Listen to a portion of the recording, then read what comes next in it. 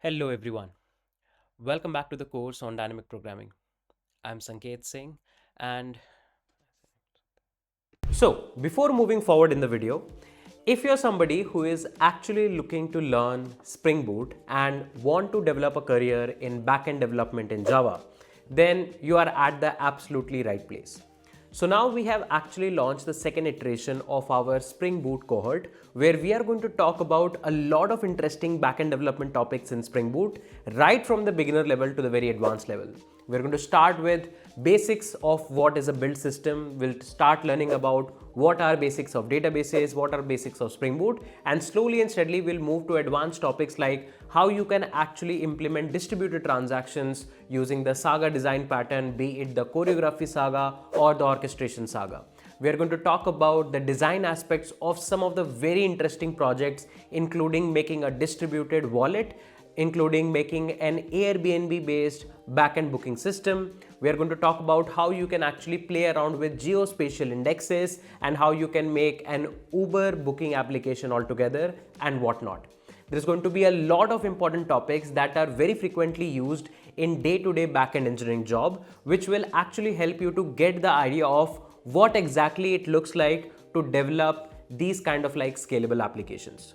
So if you want to turn up your portfolio into an absolute Spring Boot beast, then do check out the link in the description section below and use this coupon code to get maximum discount off on the cohort.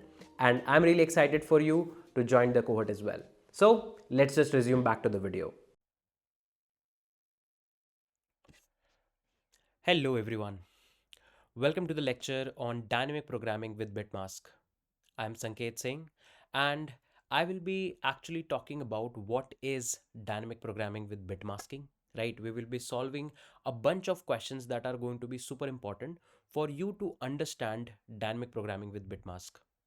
We will first of all get into touch with the basics of dynamic programming with bitmasking. What is it? How can you identify whether probably you might want to use dynamic programming with bitmasking or not, and so on. Post that, we will try to solve some of the foundational questions that are going to give you a concrete solid foundation in terms of the topic DP with bitmask. Then, as I always say, in DSA, things are pattern based. If you try to if you try to solve one set of problems, then you will find a lot of similar problems out there that probably will be asked to you in your interviews.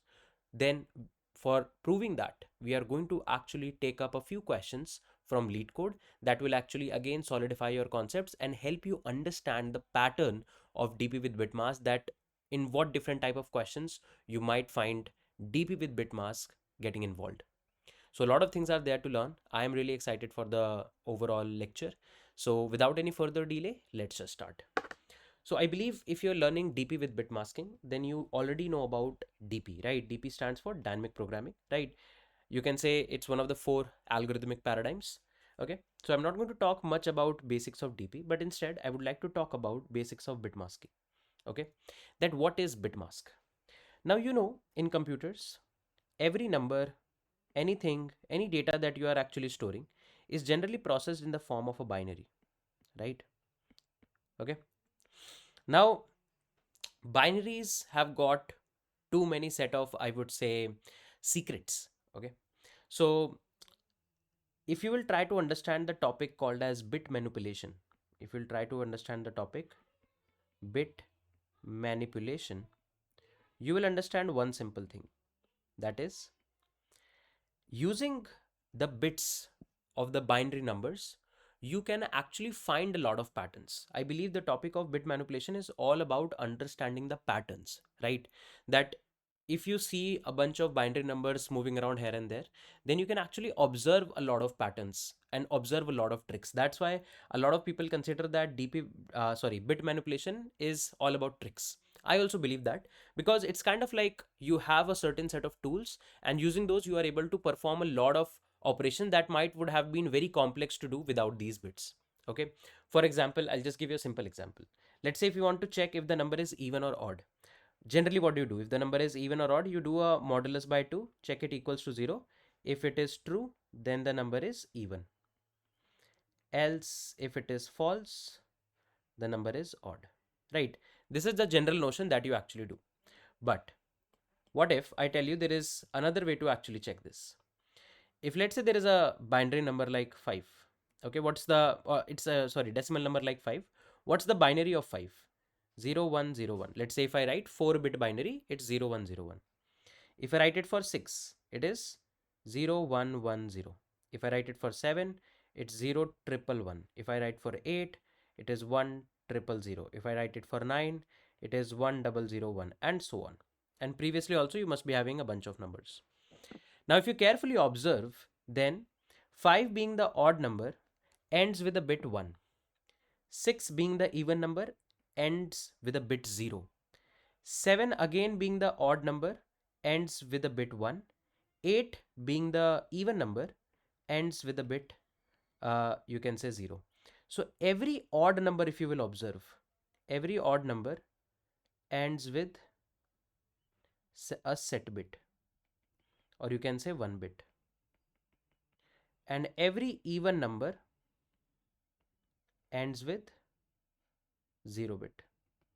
Okay, so this is a pattern, right? This is kind of like an observation that you drove, that okay, whenever you have a odd number, this ends with a set bit. Now if you have to detect that whether the given number is an odd number or not, how about you just check, is the last bit set? Okay, if you can just check the fact that is the last bit set or not, things are going to be cool for you, right? So how can you check that? Let's say you have a number x, you just do a bitwise AND with 1. Why? Let's say x is equals to 5. What is binary of 5? 0101. If you do a bitwise AND with 1, so 1 is what? 0001, right? If I consider 4-bit number. Now, because 1 only has the last bit set, all of the bits are 0, and you are doing an AND operation, can I say every bit from the second last bit to the most significant bit will be neutralized? Because 0101, right? All of these bits, whatever they are from the second last bit, this is the second last bit, and this is your most significant bit, right? So from the second last bit to the most significant bit, whatever are the bits, we don't care. Why? Because we are actually doing a bitwise AND with 1, and in 1, the second last bit to the most significant bit, everything is all zeros. Everything is all zeros, right? So you can say, because everything is all zeros, this particular part for the second last bit to the most significant bit, everything will be neutralized to all zeros. That means the story revolves around the last bit only. The story revolves around the last bit only. So whenever you do a bitwise AND with 1, it just considers the last bit. And if the number that you are doing bitwise AND, if that has the last bit as 1, so 1 and 1 will become 1, right? You can see this will be the case. If you have an even number, right? Let's say you have an even number like x is equals to 6, 1, 1, 0, right? Your bitwise AND with 0, 0, 0, 1. Again, same thing will happen. This part will be directly neutralized. And now, again, the story boils down to the last bit. Now, here the last bit is 0, 0 and 1 is 0. So, what you can say is that any odd number, if we do a bitwise AND with 1, gives you a value 1. Any even number, if you do a bitwise AND with 1, gives you a value 0. So now based on this, you can actually put a conditional check, right? That if you do a bitwise AND with your number, right, and it results into 1, that means it's an odd number. Why I'm explaining you all of this in a lecture of DP with bitmasking? To first of all make you understand the importance of bits and bit manipulation, that there are a lot of secrets that revolve around bit, right? The more bit manipulation questions you will solve, the more tricks and tips you will actually understand for bits. Okay, now in this particular lecture, I'm going to assume that you have some basic idea around basic bit manipulation. At any point of time where I will be using some of the tips and tricks of bit manipulation, I'll try to make sure that I explain it. But still, if you have some context, it would be really great. There is a interesting article from Hacker Earth that you can actually, I would say, check out. So you can actually search for Hacker Earth bit manipulation, Right, it's a very interesting article. To be very honest, when I was also learning basic bit manipulation, I actually referred this article only. This article has not changed from a very long period of time, but this still gets the job done. It will help you get onboarded to bit manipulation. You can see there are a lot of tips and tricks that are mentioned. So I would say if you are not very comfortable with bit manipulation, just go through it. I believe it will give you a fair amount of idea. But again, as I mentioned, that throughout the lecture, whatever tips and tricks I'm going to use, I will make sure that I actually explain them as well. Okay. Now, bit manipulation is what? Bits we know, the binary bits. Bit manipulation is whenever you try to manipulate your bits to get the desired results, that's the bit manipulation. But I'm not writing bit manipulation here. I'm again and again saying DP with bit mask, bit mask. What is this bit mask? That is what you have to actually understand. What is bit mask? So a lot of time, what can happen is you have to, let's say, show some kind of a data, right? That data can be a numeric value or a set of numeric values, anything, right? For example, let's say at any point of time you want to represent some decimal number, or let's say you want to represent a set of decimal number, right? Or let's say you want to represent some boolean value, anything. Let's say different type of data, let's say you have to represent. Either you can represent them in their true natural form, that is, let's say you want to store a decimal number, you say x is equals to 7, int x is equals to 7, and you stored a number here. You want to show a set of decimal numbers, so you actually prepared a, let's say, set of int, and then inside this set you actually stored a bunch of numbers, so on and so forth, right? So any data when you have to represent, either you can represent that in their natural form, right, based on your use case. But sometimes there can be use cases where you cannot represent these data directly. Okay. In that case, what we have to do is we have to abstract, or I would say hide, the data behind a layer. That is, internally, we will want to mean something like this, but it will be hidden behind a layer. And it will be actually hidden behind a layer of bits. Okay. So actually, instead, let's say at any point of time you want to represent a set of numbers. Instead of passing a set of numbers, you will pass, let's say, a set of bits. What these bits will do, they will actually hide the actual implementation or actual data and represent them in a binary form. This technique is called as bit masking.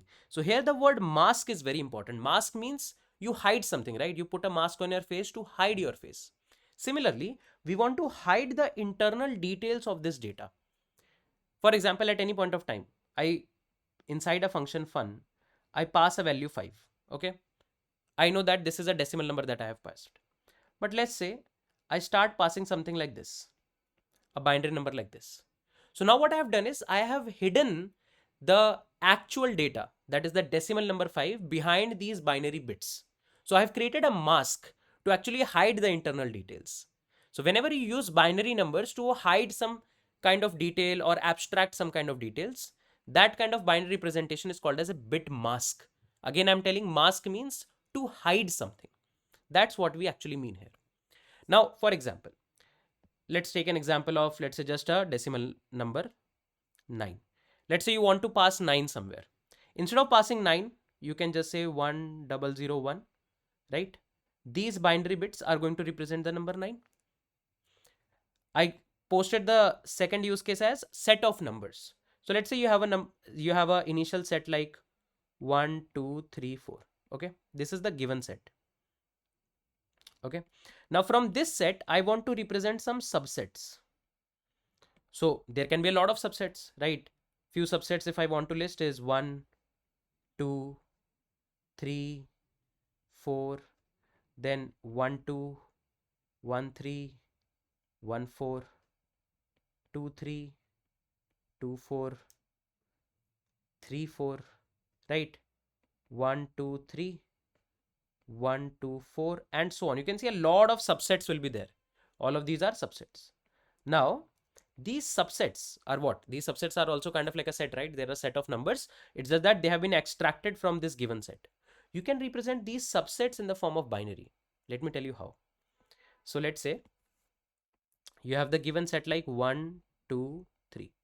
So what is a subset? In a subset, you pick a few numbers and you reject a few numbers. Let's say you rejected all the numbers. So you can represent them. Let's say there is a n is equals to 3. 3 lengths set is given.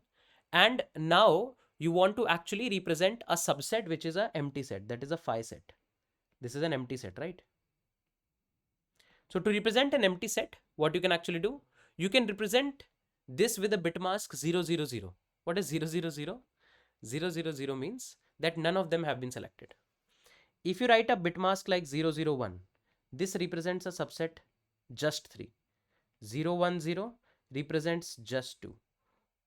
0, 1, 1 represents 2, 3. Right? Why? Because wherever you have 1, that means you picked that element. Wherever you have a 0, that means you didn't pick that element. And that's how we create subsets, right? Every element has got two choices. Either you can pick the element or you can avoid the element. Okay, cool. Then let's say you have 1, 0, 0. This is just the element 1. 1, 0, 1 is 1, 3. 1, 1, 0 is 1, 2. And 1, 1, 1 is 1, 2, 3. So you can see now, instead of like writing the actual subsets of this given set, I can represent that with a form of a binary, right?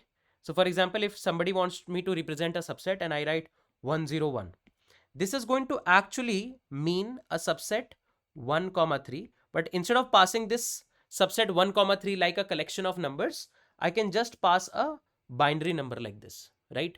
That's what we call as bit mask, because now this bit has actually hidden, or I would say abstracted, the internal meaning of the data, right? So you have to actually parse these bits and actually get the data out of it. That's what bit mask is. That's what bit mask is.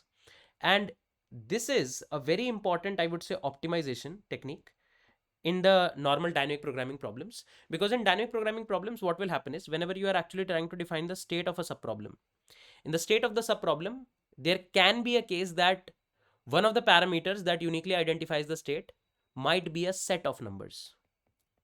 Set of numbers. I'll give you examples. There, let's say, generally, if you have a DP state like this, f of I comma j, okay? So I is a number, j is a number. You know that this can be stored inside a 2D array, right? This can be stored inside a 2D array. But what if a DP state is like I comma s, where s is a set of numbers? Now, how will you store the data for this kind of a data, right? How will you actually memorize this kind of a DP state? This is going to be hard, right? This is going to be pretty hard. What you might end up thinking is, let's say you can create a map in which the key you can keep as a pair of I comma set, and the value can be the corresponding value of DP, right? But again, think about it. Let's say you have 3 dimensions in your state, I, J, S. Then what? Or let's say there are 2 sets that you have to represent, I, J, S1, S2, right? You can see this map kind of a structure will become too complex. But instead, what you can actually do is, if at any point of time you have to represent a state with I comma S, instead of that, you can represent it like I comma mask. This mask is going to be a bit, right? It's going to be a set of bits that is going to represent your given set.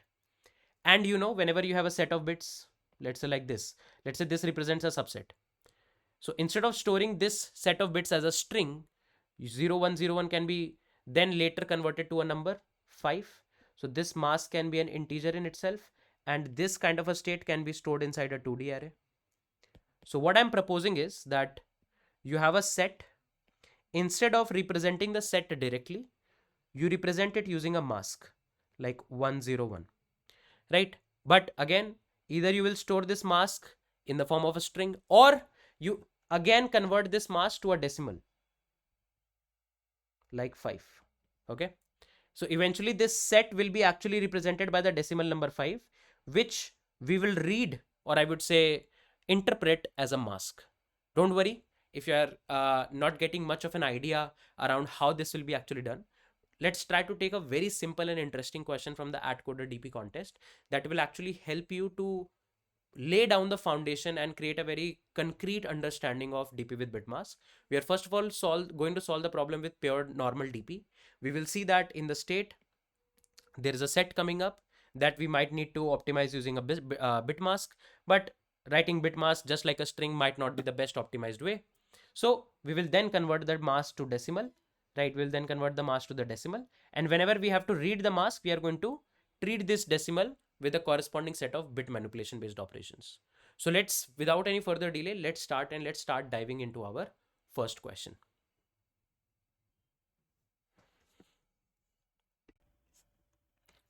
So let's actually start discussing our first problem. So our first problem is coming from educational DP contest. Generally, while learning DP, I generally recommend people to go through the educational DP contest list or the CSAS DP list so that you can get the idea about the basic problems first, which actually build the intuition behind any specific DP pattern. So to understand DP with bitmasking, I don't think there might be any better question than problem number O, named as matching. Right, so let's start with that. So the problem says that there are n men and n women. Okay, so there are equal number of men and equal number of women. They are numbered, one based indexing numbering you have given.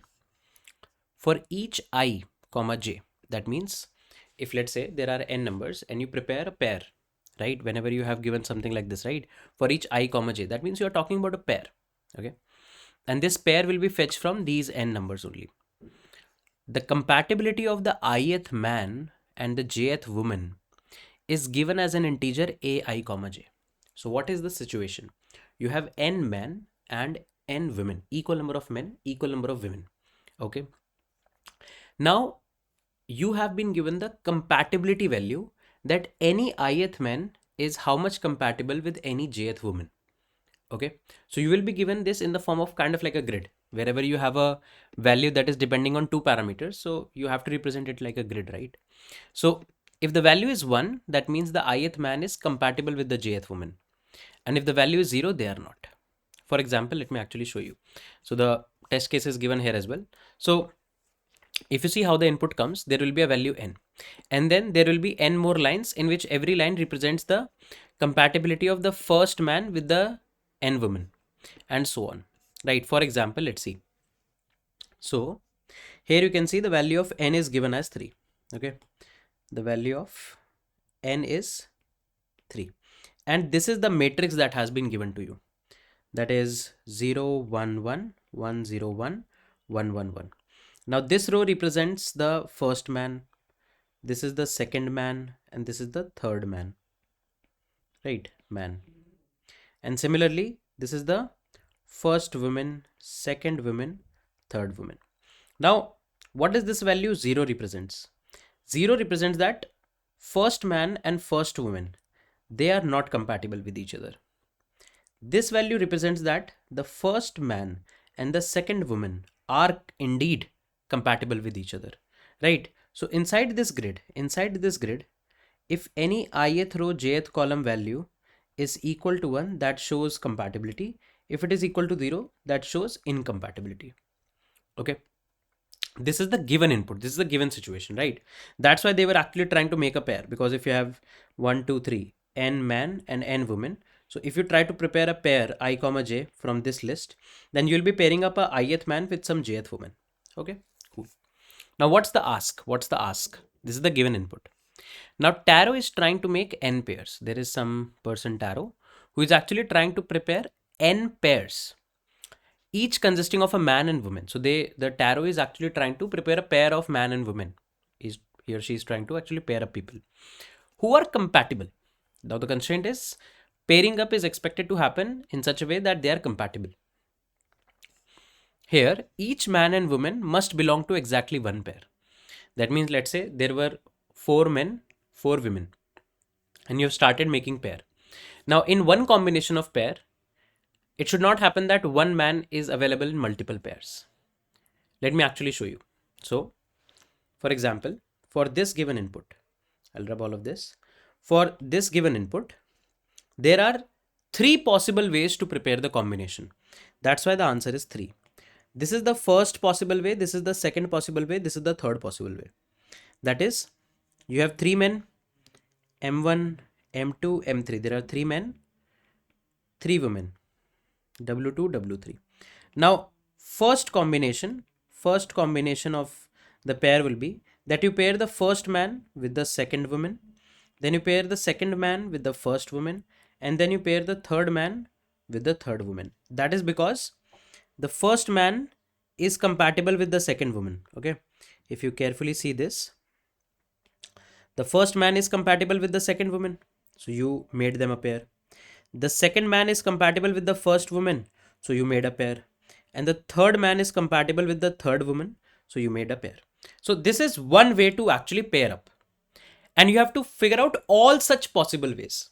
Okay, because in one combination, how many pairs will be there? There will be n pairs. Now, in how many ways you can prepare these n pairs? There will be different ways, right? For example, the next way can be the second combination can be M1 woman 2, M2 woman 3, and M3 woman 1. That means first man with second woman, that remains still same.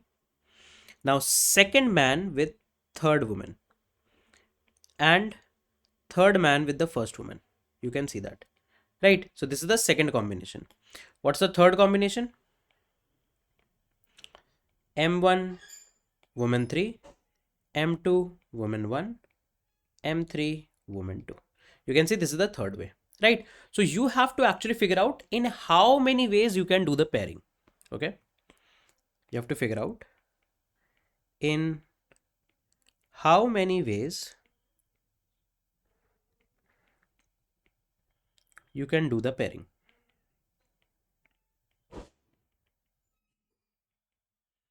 This is the challenge in front of us. Okay, this is what we have to actually figure out.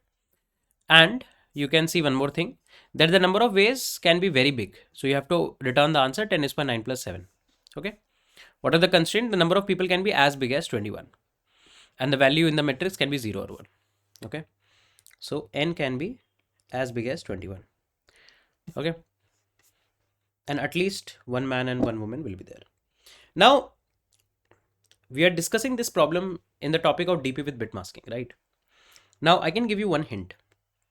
Whenever you have very small constraints, generally very small constraints give us an idea that even if you go brute force with an exponent time complexity like 2 raised to the power n, still things might work. And in generally what kind of cases you go exponential time complexity? Whenever you have to create kind of like subsets. And I just talked about the fact that subsets can be masked with a bit. So let's see what can be done, right? Because let's not make any assumption, let's not make any judgment, right? Let's try to actually see what all things can be actually done here. Okay, cool. So now the thing is, if let's say you have this compatibility matrix, right? This is what you have been given, that you have a compatibility matrix. Now there will be a lot of ways in which you can actually pair up some man with a particular woman, right? So let's think about brute force. Let's think about brute force.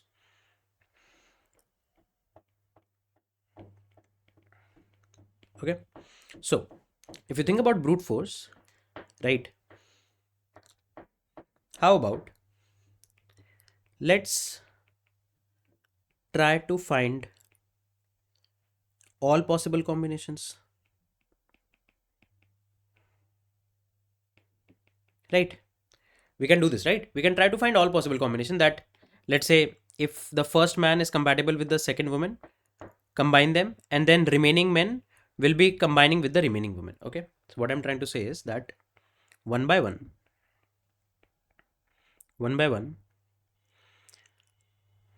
pair up a man and a woman from the given set n, and then apply same logic with the remaining ones.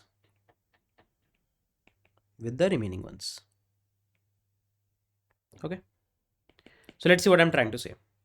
Let's say you have 3 men and you have 3 women. Okay. And the compatibility matrix is something like this, right? 0, 1, 1, 1, 0, 1, 1, 1, 1. Okay, cool. Now, what you can actually say is there are a lot of ways to actually do the pairing. One way can be that you pair up the first man with the second woman, or you can pair up the first man with the third woman. Can I say that? M1 can be paired with only the second woman. 1, 2, 3. 1, 2, 3. Okay. So the first man cannot be paired with the first woman because they are incompatible. These two are incompatible. But the first man can be paired up with the second woman. This is one way. And the first man can be paired up with the third woman. This is another way. Now, let's see. What are the other possible ways? Now, you have fixed man 1 and woman 2, right? In this combination, man 1 and woman 2 are actually reserved. They are paired up, right? Now what? You are left with 2 men and 2 women. Every time when you will make a pair, you will be left with equal number of men and women. Now here what can happen? M2 can be paired up with woman 1, or M2 can be paired up with woman 3, right? If now you talk about the second man, because woman 2 is already paired up with man 1, woman 2 is blocked. Now man 2 can pair up with woman 1 and woman 3. Why? Because man 1 is compatible with both of them. So any one of these combinations can actually occur. Okay. Similarly here. Now, because man 1 combined with woman 3, man 2 has what? Two options, woman 1 or woman 2. But man 2 and woman 2 are not compatible with each other. So the only combination man 2 can make here is woman 1. Okay. So this is how you have to make choices, that whatever are the remaining number of men and whatever are the remaining number of women, you have to try to find all possible combination to combine them.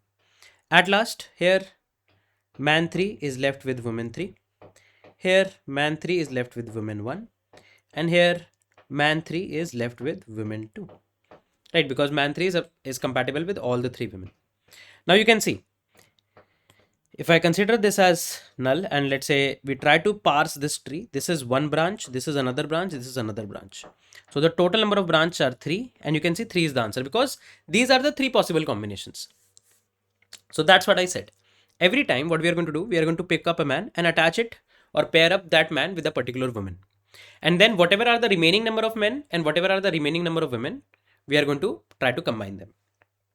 Now, let's see how can we actually, now you can see this brute force. So technically we can somehow convert this brute force into what? Into some kind of a recursive solution as well, right? So let's try to write a corresponding recursive solution.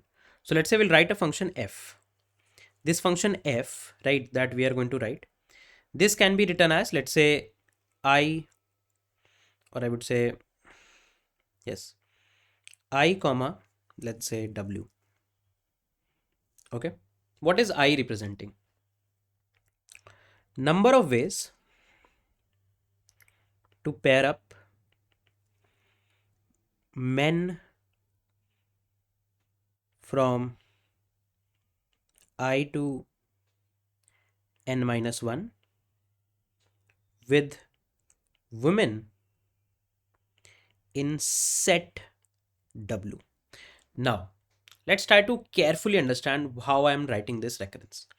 If you carefully see, for men, we were sequentially going. First of all, we allocated men 1 a pair. Then we were left with M2 and M3. Then we allocated men 2 a pair. Then I was only left with M3. And so on. Whereas in case of women, it was not a very contiguous affair. Why I'm saying that?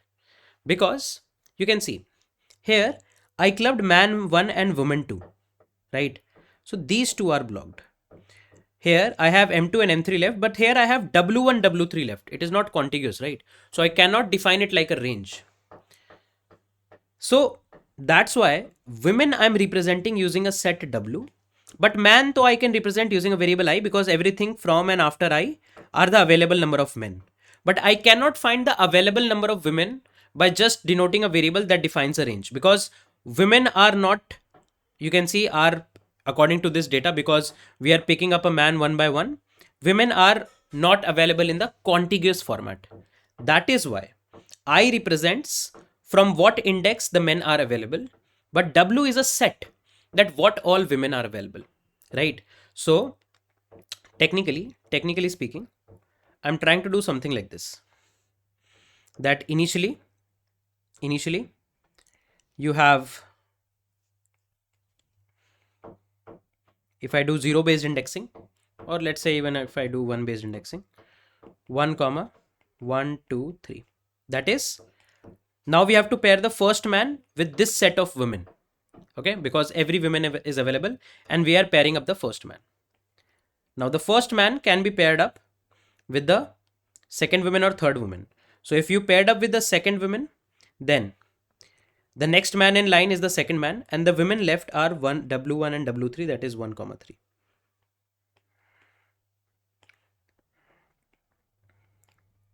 1 comma 3. And here if you paired the first man with the third woman, then you will start pairing the second man with either the first or the second woman.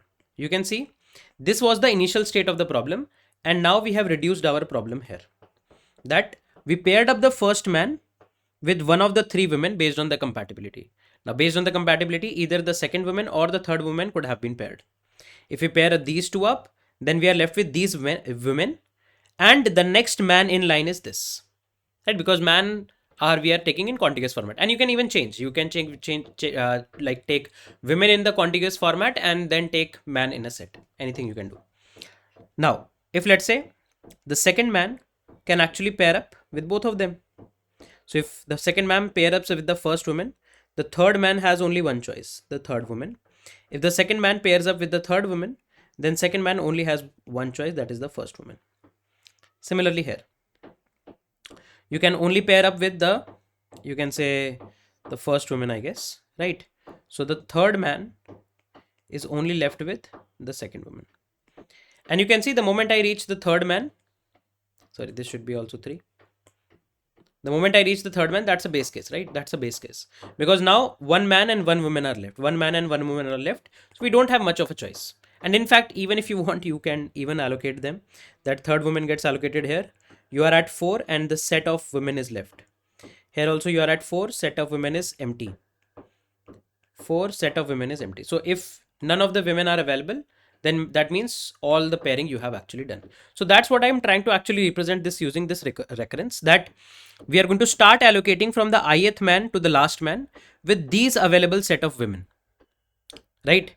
And what will be our final answer? If let's say we are able to actually implement this particular recurrence correctly, in that case from our main function, we should call f of 1 comma 1 2 3 4 so on up till the nth woman. Okay, so 1 comma this set we have to actually pass to our function, right? As simple as that. Now what will be the recurrence? If you try to write the recurrence here, then what you can actually do is dp of I comma w will be equal to, it will equal to summation of f of I plus 1 comma w minus x for all x that belongs to compatibility of the ith man and the xth woman to be equal to 1. Okay, that means all those women, like we are going to, this recurrence will call all those recurrences such that, let's say if your ith man is compatible with 3 women, so we are going to call this 3 times, sum the answer every time, because this set is now going to lose that woman which is going to be paired up with the ith man, and we have to move to the I plus 1th man. For example here, what we have to actually do is, this will be equal to f of 2 comma, or let's write it like this here. For example, for our use case, f of 1 comma 1 2 3, this is the original one, based on the compatibility metrics given in the sample use case, this will be equal to sum of f of 2 comma 1 3 and 2 comma 1 2. Whatever is the answer of this and this, we will add them up. Now what is the answer of this? This is equal to summation of f of 3 comma 1 plus f of 3 comma 3. What is the answer of this? Whatever is the answer of 3 comma I would say 2 is my answer here. And we know what is the answer for this. In how many ways you can pair one man and one woman? You can say one way, right? So this is going to have 1, this is going to have 1. 1 plus 1 is going to be 2. This will be returning 2 here. This is going to be a value 1, so it will be return 1 here. 2 plus 1 will return 3. And you can see 3 is the answer. So this is going to lead to our base case that if I is equals to n, that means you are at the last man, you return 1. That means because you just have one man and one woman left, that's the only way to make pair. But this will not always be true. It should return 1 if the compatibility is also 1. So if the compatibility of the ith man with the remaining women is equals to 1, then it will return 1. So ideally what you should do is instead of returning 1 directly, you should go one more level deep. Okay, that means is the third man and the first woman compatible? Yes. So you go f of 4 comma empty women set, f of 4 comma empty women set, and f of 4 comma empty women set. Empty women set means that all the women are now paired up, and n plus 1 means no men are left. In this case, you will return 1. Return 1 from here, return 1 from here, return 1 from here. 1 plus 1, return 2 from here, return 1 from here, and you get a value 3. Right? So either you put this base case, but in that case, you have to check whether the last man and the last woman are compatible or not. Instead, you make one more recursive call, and now you will only make that call if they are compatible, right? So this woman set will be automatically empty. That means you can return a 1 here. So that's what I'm trying to say, that if you want to pair up from the ith man to the last man with this set of women, I will only take care about the I plus 1th man. That let's pair I plus 1th man with all the possible pairing with the women, and we will sum up the answer that we are doing here. That is, let's pair the first man with all those women that we can pair with. So we paired the first man with the second woman and first man with the third woman. These two pairing. And whatever is the answer of this recurrence and whatever is the answer of this recurrence, we'll add them up. Right? It's kind of like saying that I had 3 men and 3 women. I know the first man can pair with woman 2 or the first man can pair with woman 3. You go and find all possible remaining set of pairings. Whatever the remaining set of pairings you get, I'll add them up. As simple as that. But there is a similar issue coming up. You can see in very long test cases or very big test cases, you can already see this thing here, repeating subproblems. Right, we already have repeating subproblems. If we have repeating subproblems, DP might be the way to go for. But that can actually create one small issue. What will be the state of the DP? State of the DP will be uniquely identified with using the pair of I comma W. State will be uniquely identified with I comma W. But W is a set. You have two variables. You probably might be already looking at a 2D DP, but 2D DP array, how will you prepare? It will be very difficult. Or you go with that map based solution, but in some problem there can be 3D, 4D, 5D DP as well. So in that case, how about instead of considering this set here, we consider a bit mask. For example, in this case, or let's say in this case, instead of calling this value like these, let me write an alternate value on the right side. Let's say you call 1 comma 7. Here you call 2 comma 5. Here you call 2 comma 6.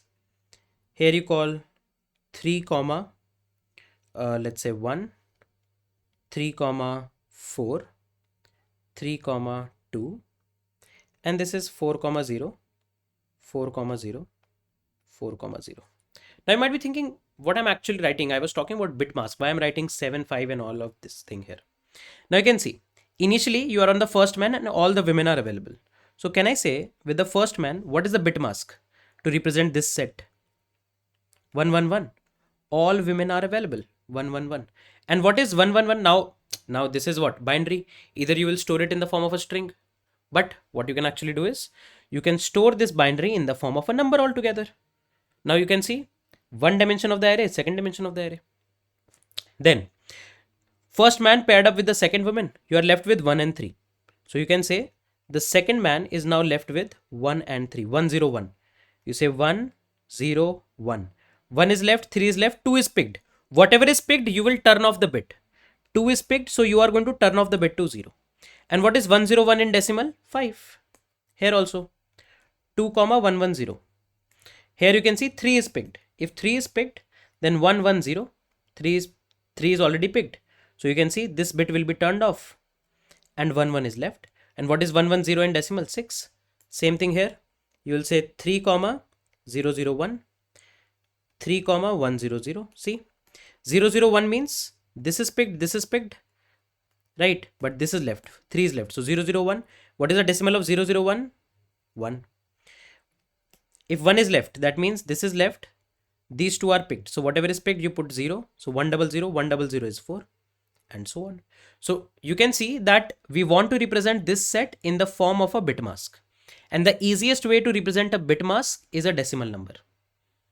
So that's how you can actually optimize it using DP with bit mask. So you can say if you want to write f of I comma mask, where mask represents the set of women. So you can say it will be equal to summation of f of I plus 1 comma. Now all those women with which the ith man is compatible, right? That is for all j that belongs to this, right? All j's in which the ith man is compatible, we are going to say mask, right? XOR 1 left shift j. Mask XOR 1 left shift j. And let's consider everything as 0 based indexing. Let's consider now everything as 0 based indexing. Now what is this mask XOR 1 left shift j? Let's see. Let's say initially you had all the women available. Now you want to say, or let's come here only. Initially you have all the women available. Now you want to turn off the last bit. Or let's say you want to turn off the second bit. Okay. This bit you want to turn off. How can you do that?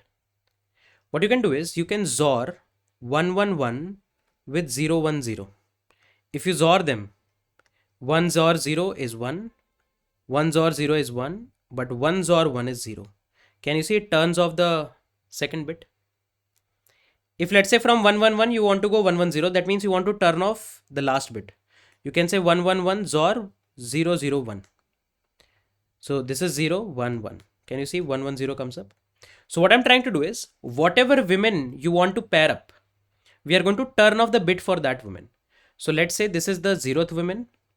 This is the first woman. Now I want 0 based indexing. Okay. This is the 0th woman. This is the first woman. This is the second woman. So if I do 1 left shift j, let's say j is 0. So 1 left shift 0 is what? 1. So you do 1 1 1 and 1. If you do 1 left shift 2, this is 1 left shift 2 is 0 1 0. 0 1 0 is 2, right? 1 left shift 2 is 2. So if you do 111 XOR 1 left shift 2, that means you are doing 111 XOR 010. And what is 111 XOR 010? 101.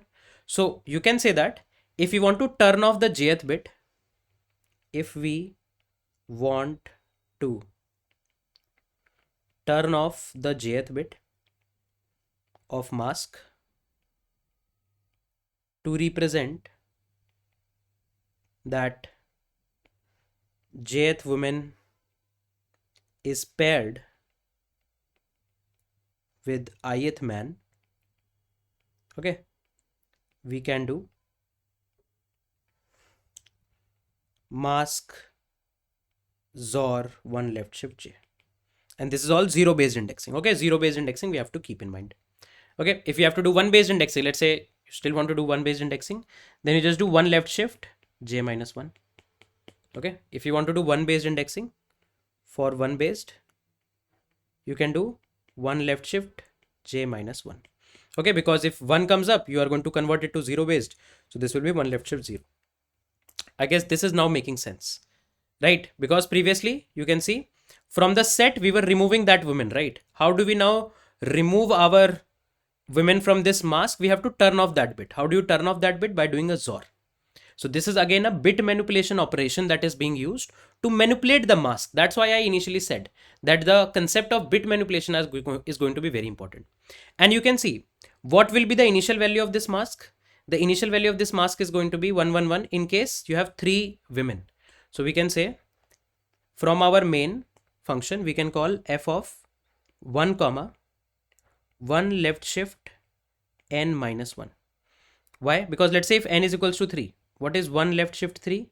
1 left shift 3 is 2 raised to the power 3, right? And what is 2 raised power 3 minus 1? It is 15. And can you see what is the, sorry, not 15, my bad. 2 raised power 3 minus 1 is 7. And can you see what is the binary of 7? 1, 1, 1. Right, so we wanted to just pass this, right? F of 1 comma 1, 1, 1. This bit mask we wanted to actually pass, but instead of passing this bit mask, we will pass 2 raised power n minus 1. Because always and always in a value of 2 raised to the power n minus 1, you have n bits of all ones. This is also you have to keep in mind in case you don't know basic bit manipulation, that whenever you have a value 2 raised power n minus 1, like 2 raised power 4 minus 1 is 15. So 15's binary is 1, 1, 1, 1. You can see 4 ones. Also, if at any point of time, if you do 1 left shift n, this value is equal to 2 raised to the power n. For example, if you do 1 left shift 3, that means 1, 0, 0, 0, right? You left shift 1 by 3 places and you add 0. This is what? 2 raised to the power 3. So keep a few tricks in mind. If you have to do 2 raised power n, that's 1 left shift n. 2 raised power n minus 1 is a number with n bits with all ones. And that's we wanted to pass. And now you can see you have one value as a number, another value as a number. Now you can very easily represent it as 2DDP. What will be the corresponding time complexity?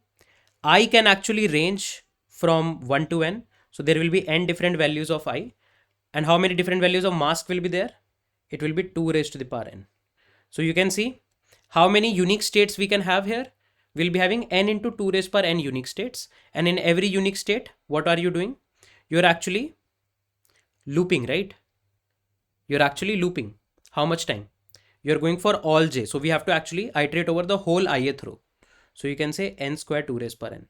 And let's see how much is n square 2 raised power n if n is 16. So let's say if n is less than or equal to 20, let's consider. So 20 square into 2 raised to the power 20. This is 400 into 2 raised power 20 is approximately 10 raised power 6, right? So this will be 4 into 10 raised power 8. And in fact, less than, very much less than into 4 into 10 raised power 8. This should get submitted, right? So again, telling how the time complexity comes up. First of all, we'll calculate how many unique states we have. How many unique states we have? To decide, we have to consider how much value will these two will be having. So there will be n different values of I and 2 raised power n different values of mask. So the number of unique states is n into 2 raised power n. And now in every unique state, you have a loop because you have to sum up, right? You have to sum up all of these values. So you need a loop. And how long that loop will go? That loop will actually check every column of the compatibility matrix. That means n iterations. So n into 2 raised power n is n square 2 raised power n. Now let's do one thing. Let's try to actually code this solution and try to understand that how in the coding implementation this will look. Although the coding implementation is going to be pretty simple, and at least I would recommend whenever you are doing DP with bitmasking, try to stick to top-down solutions until unless you have a very specific situation that only a bottom-up solution can work. Try to make sure that you somewhat figure out your way out of the top-down solution. There will be a few instances where you might have to go with a bottom-up that will be more easier. But initially, when you are solving a problem of DP with bitmask, try to make sure you go recursive. Now let's try to code it and actually see what can be done.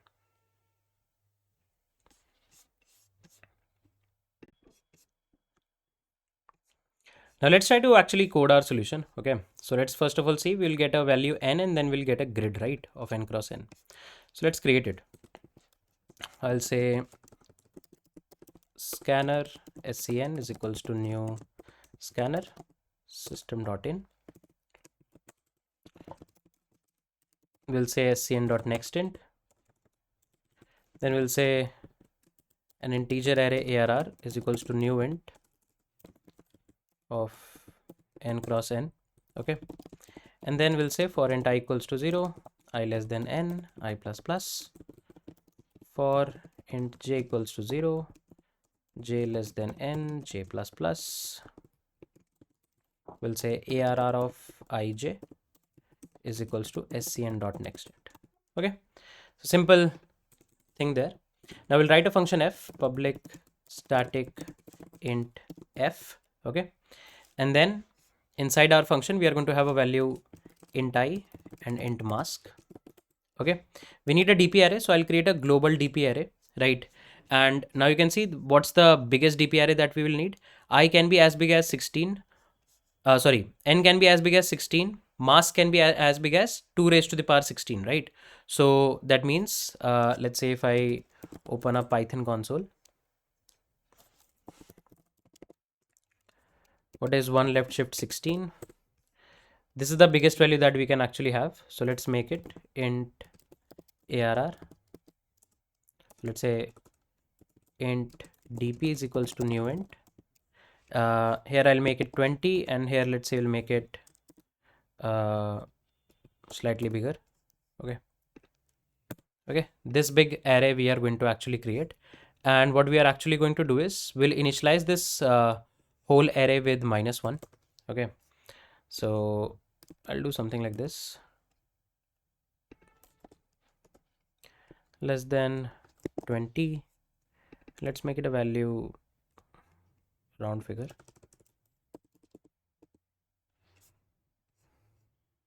Okay, cool. So let's make it less than this.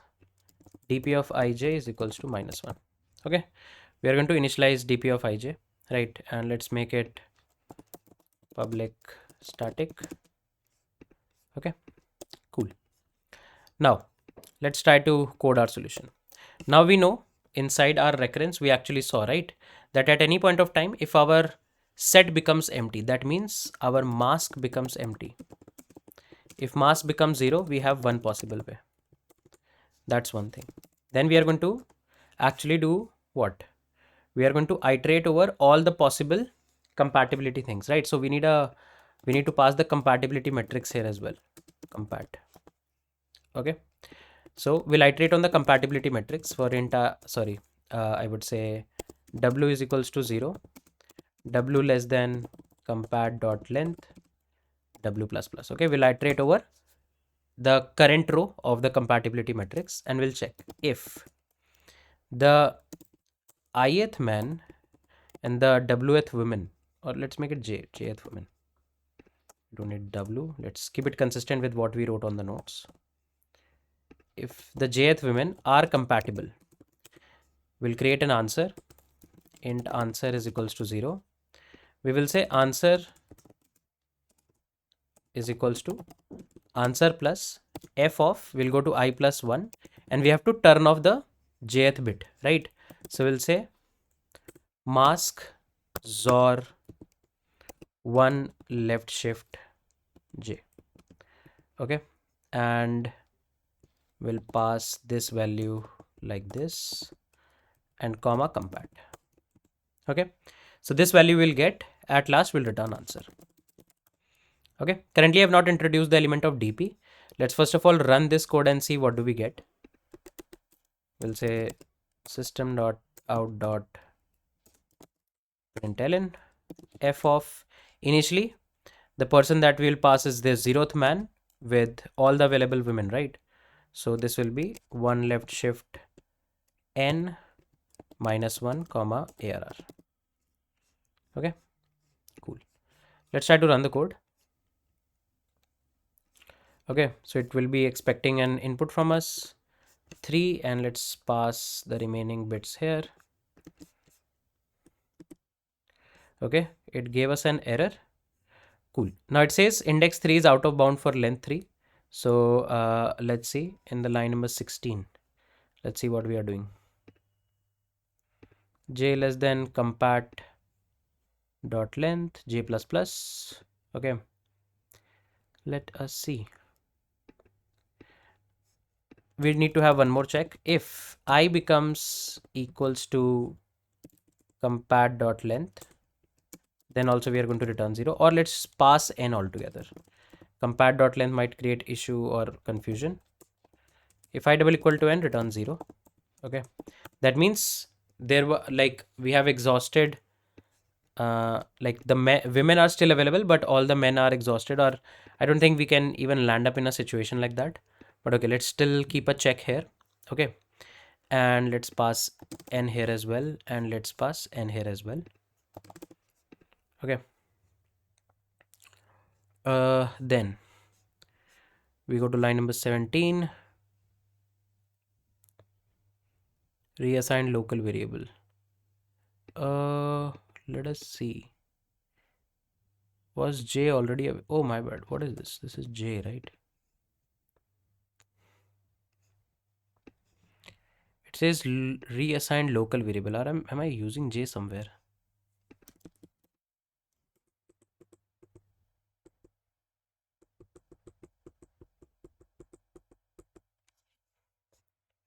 No, right? Okay, let's try to run it. Let's see. Okay, cool. Now 3 is coming up. Now 3 is coming up. Okay. And if I try to run this particular code, run this here, 1 is coming up. Okay. If I try to run this, 0 is coming up. And if I try to run this, technically this should take a lot of time now. You can see now it's taking a lot of time. The program is not stopping. That means we need DP here. So what we are going to do is simple steps. We'll say DP of I mask is equals to answer. And we'll say if DP of I mask is not equal to -1, return DP of I mask. Pretty simple stuff, right?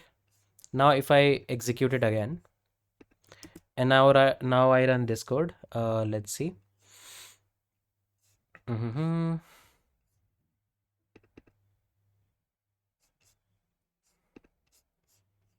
Let's see. So it says index out of bound. 1 second. Line number 44. Okay, we called f. 1 left shift n -1. Okay, my bad. N can be as big as what? 20 or 16? Oh, sorry. It can be as big as 21, right? So we should have 1 left shift 21. This big array we need. I actually made it 1 left shift 6, that is 2 raised per 16. And let's even make it let's say 2098 000. Okay, now let's run it. Copy, paste it here, and let's see again. Index 20. Also this should now be more than 16, right? This should be, let's say, 22. This should be 22 now.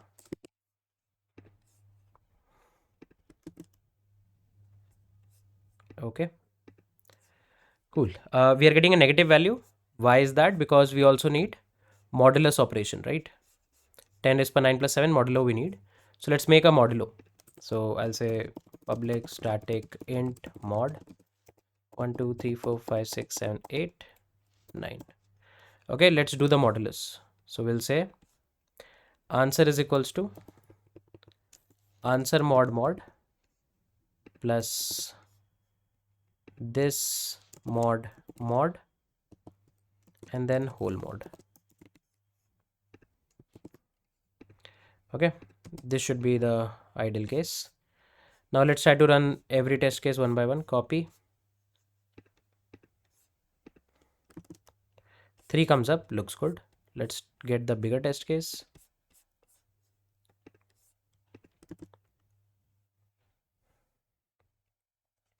We're getting this value. Let's see, is it correct? Yep, the value is coming as correct. Okay, and it's relatively faster as well. Okay, let's try to submit it. Let's try to submit it and see what can be what is the output. Okay, so let's get to the Java code. I've never submitted Java on AtCoder. This will be the first time, I guess. Okay, or let's maybe open a file. So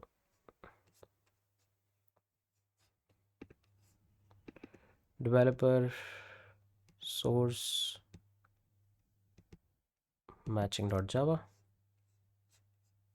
Okay, I guess we do not need to give the package. Okay, let's try to submit.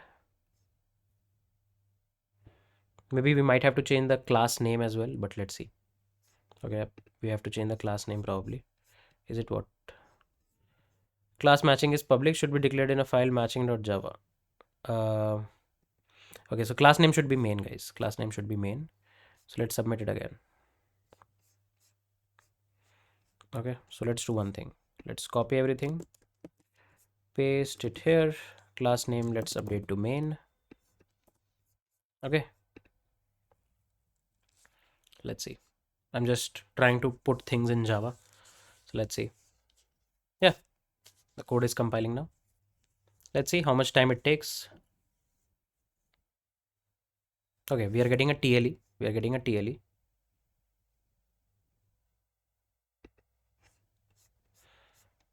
Okay, so almost all of the bigger test cases we are getting a TLE, right?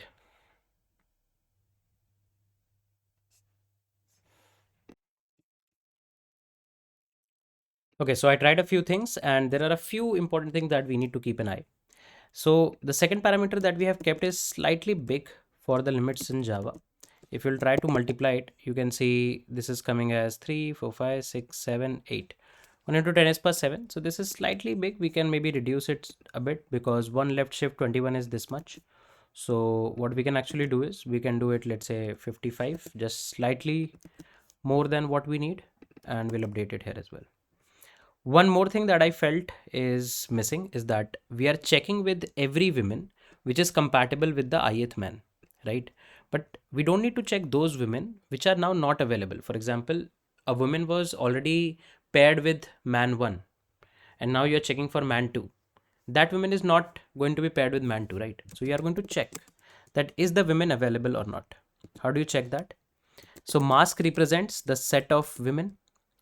You are going to do an AND with one left shift J, because if the woman is available, then the jth bit is going to be set, right?